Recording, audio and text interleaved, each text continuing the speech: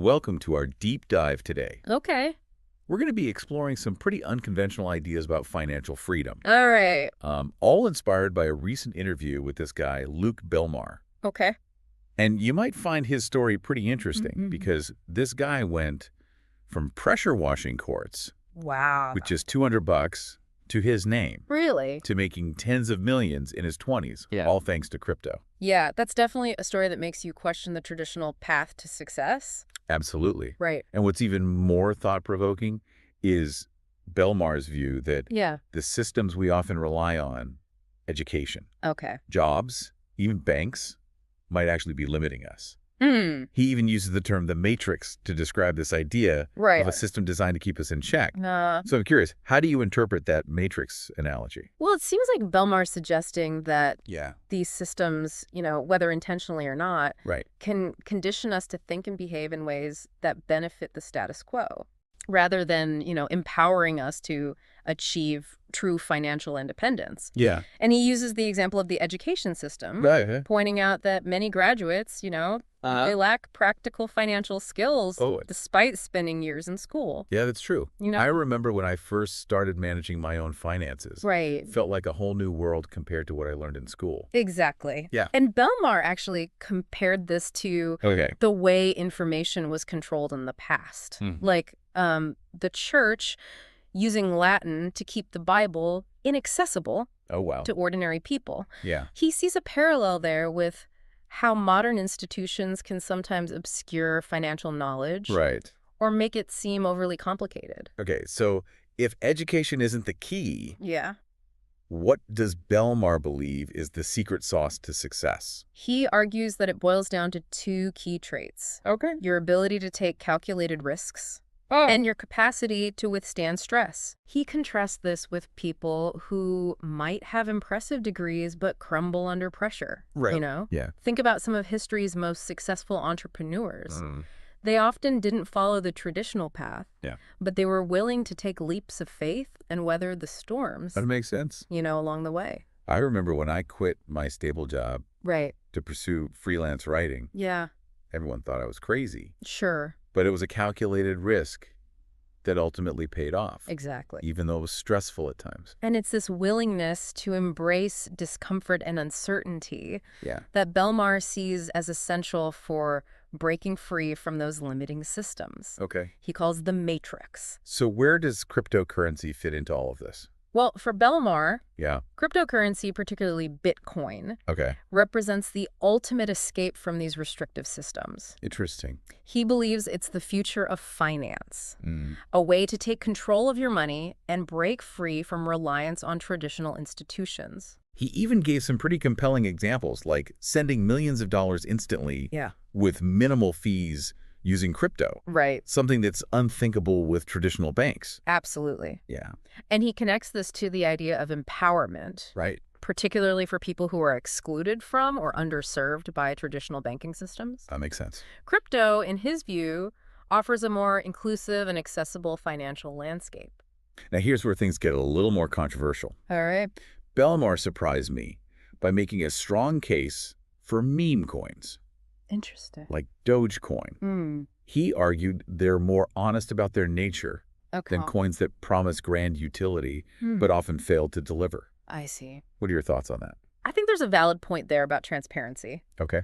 Meme coins aren't pretending to be something they're not. Right. They're upfront about their speculative nature, Yeah. unlike some utility coins that promise the moon, but often lack substance or a clear path to achieving their ambitious goals. He even went so far as to call some of those utility coins scams.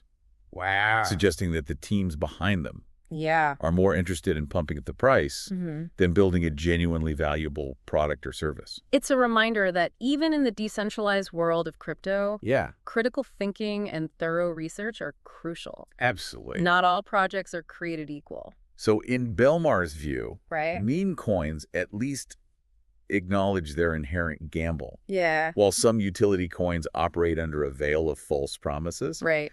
it definitely challenges the idea that meme coins are just frivolous, while other cryptocurrencies are inherently more serious. It makes you think twice about where true value lies Right. and what actually backs up the claims being made in the crypto space. But let's shift gears a bit.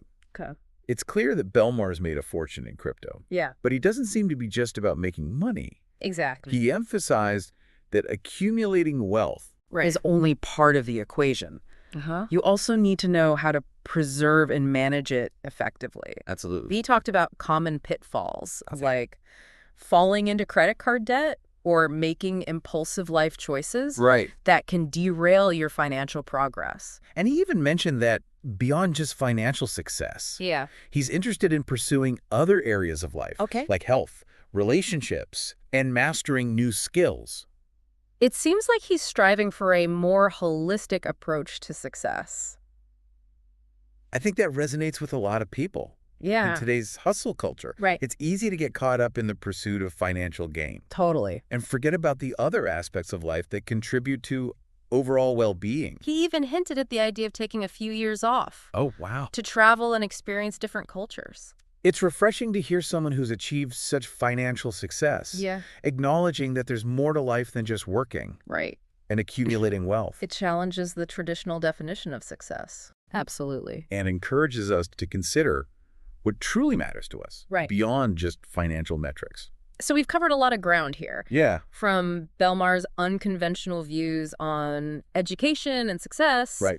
to his belief in cryptocurrency and his surprising take on meme coins. Especially. But there's still so much more to unpack from this interview. For sure. Let's delve further into Belmar's world. Okay. In the next part of our deep dive, Sounds good. we'll explore how he actually built his wealth, Right. his unique approach to community building, Yeah. and his fascinating insights into the world of biohacking. I'm looking forward to it. Stay tuned for more surprising perspectives Awesome. and actionable takeaways. I can't wait. Welcome back. Let's shift gears a bit and explore how Belmar went from pressure washing quartz to building a multi-million-dollar empire. Yeah, he really embodies that hustle and resilience we talked about earlier. Right? Remember, he arrived in the U.S. from Argentina at 16 Wow. with just $200 to his name. Early on, he was pressure washing basketball courts, flipping pizzas, anything he could do to make a buck. It sounds like that period instilled in him a strong work ethic and a resourcefulness that served him well in his later ventures. Absolutely. He even talked about flipping Instagram pages Oh, wow. and running Facebook ads for clients before those became mainstream. It shows a knack for identifying opportunities and adapting to the ever-changing online landscape. For sure. And then in 2019, Yeah. he dove headfirst into e-commerce, Hey, building a successful business, selling essential products and home goods. talk about perfect timing. His business really took off during the COVID-19 pandemic when demand for these products skyrocketed. That entrepreneurial spirit we talked about really shines through here, right? Absolutely. He even mentioned having to pivot his marketing strategies when social media platforms started cracking down on price gouging for sanitation products. He found a clever workaround by rebranding those same products for dogs, Yeah. showcasing his ability to think outside the box and overcome obstacles. He clearly has a talent for spotting market trends and adapting to unforeseen circumstances. But here's the part that really impressed me. Yeah.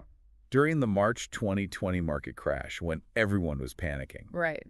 he took most of his profits from e-commerce and put it all into crypto. That's a bold move, for sure. Yeah. It speaks volumes about his risk tolerance and his conviction in the potential of cryptocurrency. And what's interesting is that he chose to invest heavily in Ethereum Okay. over Bitcoin at that time, Interesting. betting on its potential for greater returns. And that bet paid off significantly, Yeah, as Ethereum's value multiplied several times over. exactly. Yeah. This experience solidified his belief in crypto's power to generate wealth. Hmm. But it also highlights the importance of understanding the nuances of different cryptocurrencies and their potential for growth. Definitely. It's clear that Belmar's not afraid to make bold decisions and trust his instincts. For sure. But his success isn't just limited to crypto. Yeah. He's also diversified into private equity and investing in promising companies. That's a smart strategy. Yeah. It reinforces his message about not putting all your eggs in one basket, even if you're incredibly bullish on a particular asset class. It's interesting how his entrepreneurial journey led him to create Capital Club, Okay. a community for entrepreneurs. Interesting. So it seems like more than just another networking group. Yeah. Would you say that's accurate? Based on what he shared, it seems Belmar's genuinely passionate about building a supportive ecosystem Yeah. where entrepreneurs can connect, learn, and thrive. Yeah. He emphasized providing access to education, networking opportunities, even discounted rates on essential business services. He even mentioned structuring Capital Club in a way that benefits him as an investor. Oh, interesting. How so? By nurturing the growth of these entrepreneurs, Right. he's essentially increasing his chances of finding promising companies to invest in down the line. It's a win-win situation. Exactly. Entrepreneurs gain valuable resources and guidance, Yeah. while Belmar gains insights into potential investment opportunities. Right. It's a smart strategy that aligns his personal interests with the success of the community he's created. For sure. He even gave a specific example of two entrepreneurs who met at a Capital Club event in Spain Oh, wow. and ended up striking a deal with one acquiring the other's company. That's awesome. It shows the power of bringing together the right people with complementary skills and resources. It highlights the real-world impact of Capital Club and how it goes beyond just surface-level networking. Right. And it sounds like these Capital Club events are anything but your typical stuffy business conferences. Yeah. Belmar talked about five-star restaurants, biohacking experiences, really creating an environment where entrepreneurs can connect on a deeper level. It's about fostering a sense of community and building genuine relationships, Right. which are often the foundation for successful collaborations and ventures. Absolutely. He even broke down the different tiers of Capital Club. Oh, interesting. There's an academy for aspiring entrepreneurs who are just starting out, Okay. a network and marketplace for those looking to scale their businesses. Cool. And a high-level networking experience for seasoned entrepreneurs. It's a well-structured approach that provides tailored support based on an entrepreneur's specific needs and stage of development. Exactly. It shows a thoughtfulness in how Belmar's designed Capital Club to cater to a diverse range of entrepreneurs. Right. Now, speaking of biohacking. Yeah, Belmar is clearly passionate about that too. Yes. For those who might not be familiar, how would you explain what biohacking is all about? Essentially, biohacking is about taking a proactive and often experimental approach to optimize your physical and mental performance. Okay. It involves exploring various techniques and lifestyle changes to enhance your health, well-being, and overall cognitive function. So Belmar mentioned things like intermittent fasting, red light therapy, and cold plunges as examples of biohacking practices. Right. He even talked about eliminating processed foods and sugars as part of a biohacking approach. It's about understanding how your body and mind work and experimenting with different tools and strategies to achieve your desired outcomes. Some people might focus on improving their sleep quality.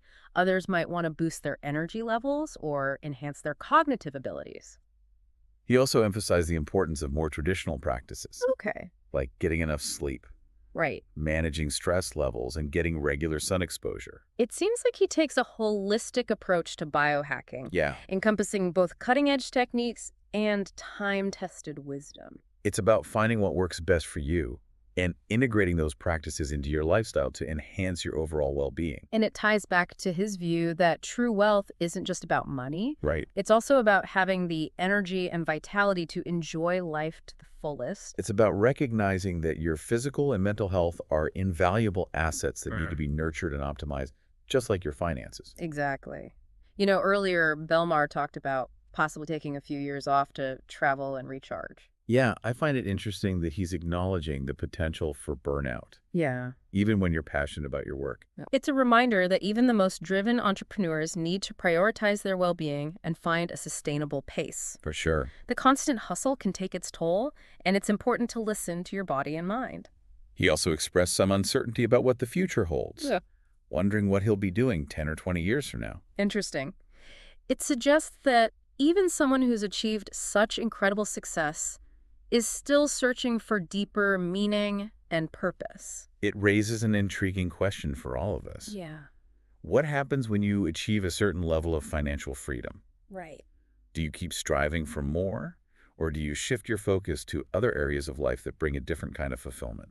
It's a question that Belmar seems to be grappling with himself, Yeah. which makes his story all the more relatable, For sure. even for those of us who haven't reached those same levels of financial success. But let's dive into another aspect of Belmar's approach that I found fascinating. Okay. His philosophy on content creation and how he leverages it to build his brand and share his message. He definitely has a unique perspective on how to maximize the impact of content, especially in today's digital landscape. Yeah. He drew an interesting contrast between the content landscape of today and the pre-algorithm days. Right. He talked about how the algorithms on platforms like YouTube and TikTok have fundamentally changed the game. Right. Back in the day, it was all about grabbing attention with flashy thumbnails Yeah. and hoping your video would go viral. But now these sophisticated algorithms are curating content for us, Right. determining what we see and how we engage with it. Belmar believes content now has a much longer shelf life. Interesting. A single video can continue generating views and engagement for years Wow. if it's well optimized and resonates with the algorithm. This allows him to focus on creating high-quality content strategically, Yeah. rather than chasing trends or churning out a constant stream of new videos just to stay relevant. He even mentioned that each podcast episode he records could potentially reach tens of millions of views over time thanks to these algorithms. That's a testament to his understanding of how to leverage the power of online distribution to amplify his message and build a lasting audience. Exactly. He's playing the long game, so to speak. But when asked about his inspirations for content creation, he didn't mention any big names or influencers. That's right. Surprisingly, he credited his own team as his biggest source of inspiration, Interesting. highlighting the importance of surrounding yourself with talented and dedicated individuals who share your vision.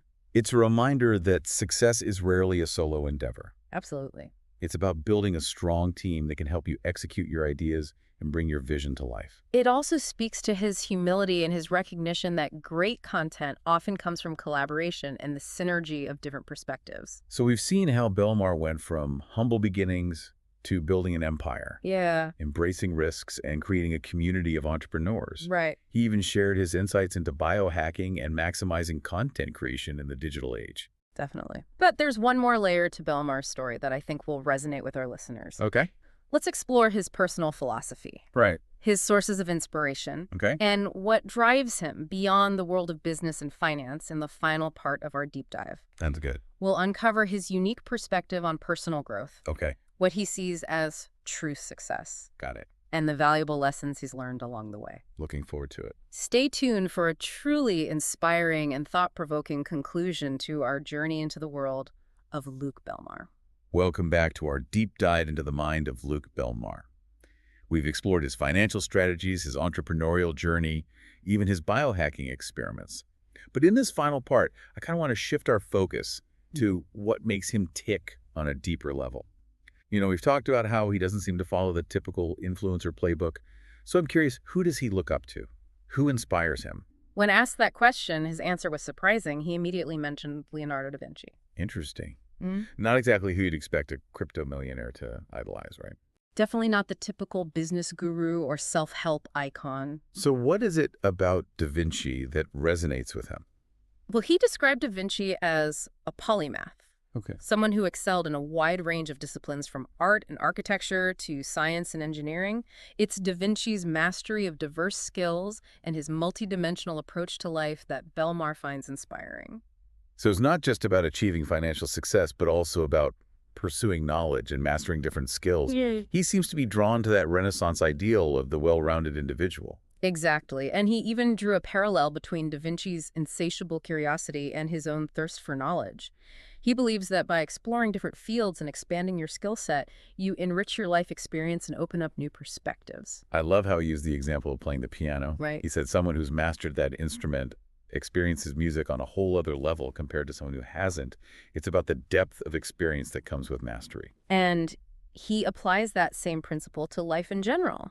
He encourages people to embrace new experiences and step outside their comfort zones, whether it's learning a new language, picking up a musical instrument, or even trying something adventurous like skydiving. Did he mention if he's done that? He even joked about his team trying to convince him to go skydiving, so it seems like he's willing to push his own boundaries as well. It's inspiring to see someone who's achieved so much, still eager to learn and grow. It challenges that notion that once you've made it financially, you could just coast and enjoy the fruits of your labor. He definitely seems to have a growth mindset, always seeking new challenges and opportunities for personal development. And it's not just about personal growth for him. He also shared a message for the world, encouraging people to treat themselves with kindness and grace.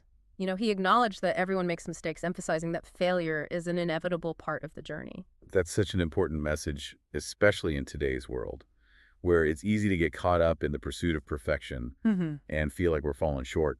Exactly. And he specifically highlighted two examples of irreversible mistakes that he believes people should avoid at all costs: having a child outside of marriage and getting into unmanageable credit card debt.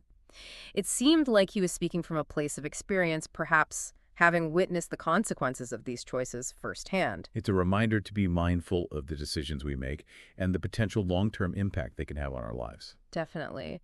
And he also stressed the importance of resilience and stress tolerance. Those qualities we discussed earlier that he believes are essential for overcoming challenges and achieving success.